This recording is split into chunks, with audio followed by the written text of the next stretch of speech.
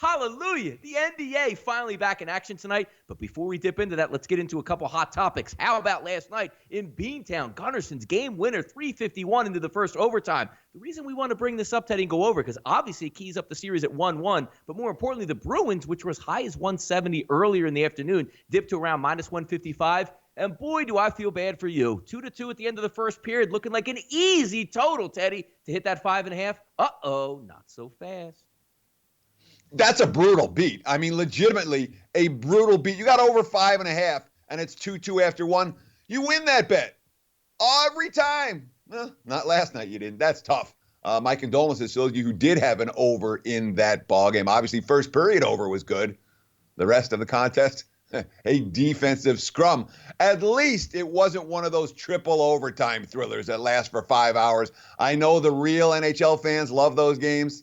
The casual fans, not so much. So at least it ended early in the first overtime. Kudos to St. Louis. Big win for the Blues. Bad result in many regards for the bookmakers who have a lot of Blues futures that they're worried about. And obviously all the wise guy money before the puck dropped last night came in on the underdog.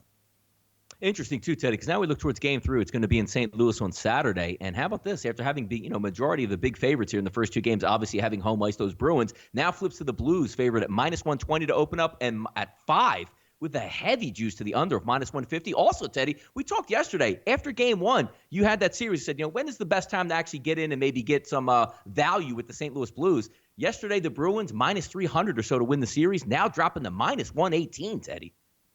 Sure, and that's what a Game 2 road win will do for series odds. And that's why I always say to anyone who's talking about betting series odds as the series progresses, I'm like, you only want to make that bet if you like the team you're supporting in their next game.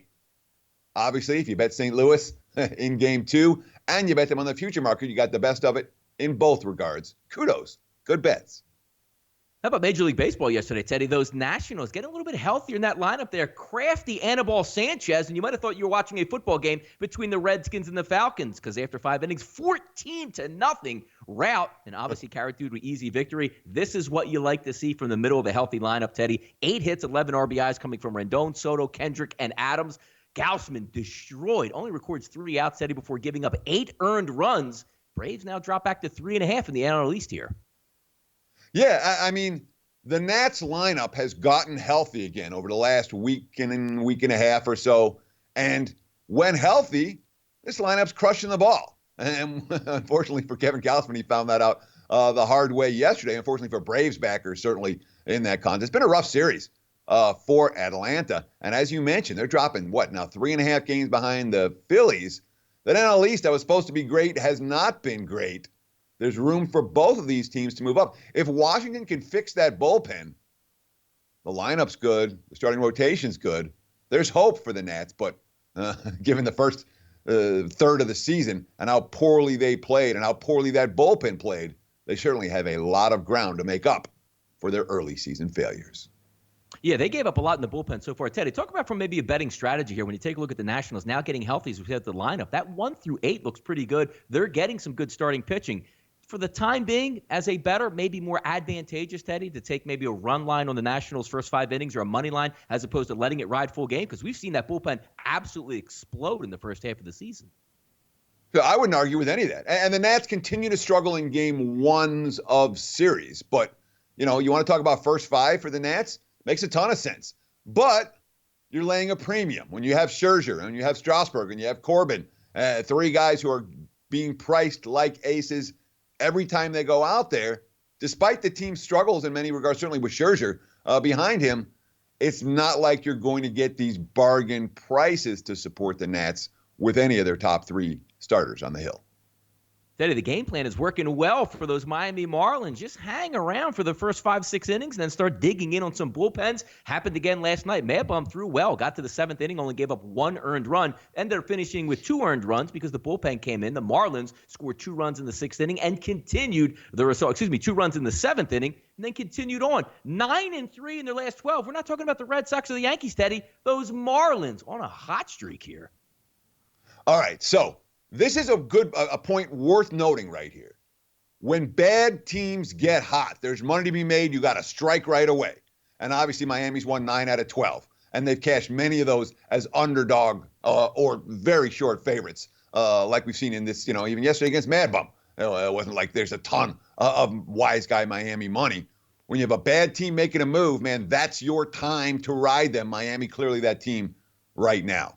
At the same time, when you have a team that's pretty bad and they go ice cold, boy, that's your time to fade them. And that's the Giants right now. 7 straight losses, and they've been ugly losses. And losing, the bats aren't there.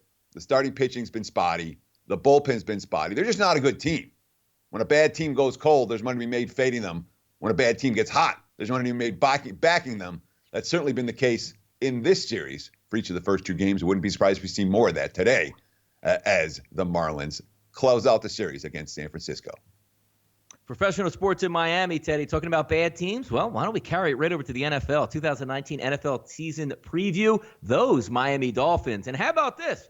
Talk about, we want to hit some lottery prices here. You want the Dolphins to win the Super Bowl? 150-1. How about just to win the AFC? 66-1. And why is that? Their team total, Teddy, set this year at an NFL low 5. Dolphins finished last year at 7-9. Replaced the front office, replaced the head football coach. Now you got Brian Flores coming in. Maybe you have your quarterback of the future. You're trading for Josh Rosen. You got him on the cheap, so that might work into your advantage a little bit later in the season. But looking at what they have here, Kenyon Drake, Balaj, newly drafted Myles Gaskin in the backfield. Wide receiver core leaves a lot to be desired in this instance, but obviously clearly a rebuilding situation, looking to move forward. You're in a division now where, when we take a look, Tom Brady, the elder guardsman there in New England, you have 3 younger quarterbacks now at the helm with the Buffalo Bills, New York Jets, and those Miami Dolphins. But as I said, looking overall at the team this year, Teddy, had a nice draft pick round 1, but expectations and the bar really low this year for those 2019 Dolphins.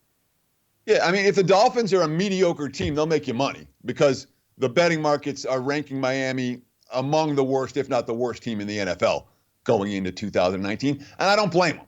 I cashed an over bet with the Dolphins last year, over 6.5 wins. And I don't think I've ever been luckier in my entire career to cash a season win bet like I did with Miami last year. They were the wrong side in every game, and yet they won 7 of them. I mean, forget the Gronk Hail Mary pass at the end. Every win they had last year came by a touchdown or less. They stole a bunch of games. I give Adam Gase credit for that. And, of course, Gase got run out of town at the end of the season. Miami was outgained by 0.8 yards per play last year. Only Arizona and Oakland were worse.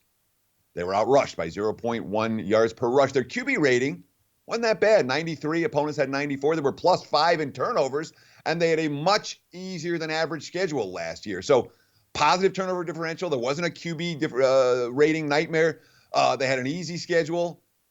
And, yeah, they won 7 games, but it was lucky. This year, the schedule is much tougher based on this year's season win totals. In fact, it's one of the 4 biggest differentials in the NFL between last year's numbers and this year's numbers. And, of course, we like what Miami did in the draft. They had high draft choices. You bring in Josh Rosen. Obviously, you signed Ryan Fitzpatrick. They have a couple of guys who could be the QB. Everyone thinks they're going to go for Tua next year, which is the prevailing thought process about Miami. It's like it's not about wins in 2019.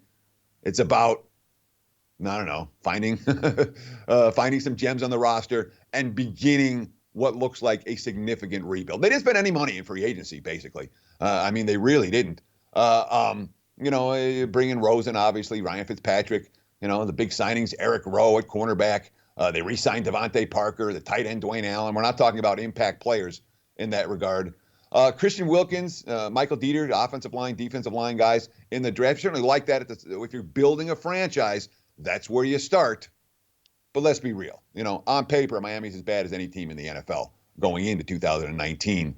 If they can be decent, like I said, they'll make you some money, but pretty good chances they're not going to be decent. I would be surprised to see this team get blown out on a fairly regular basis, at least early on in the campaign.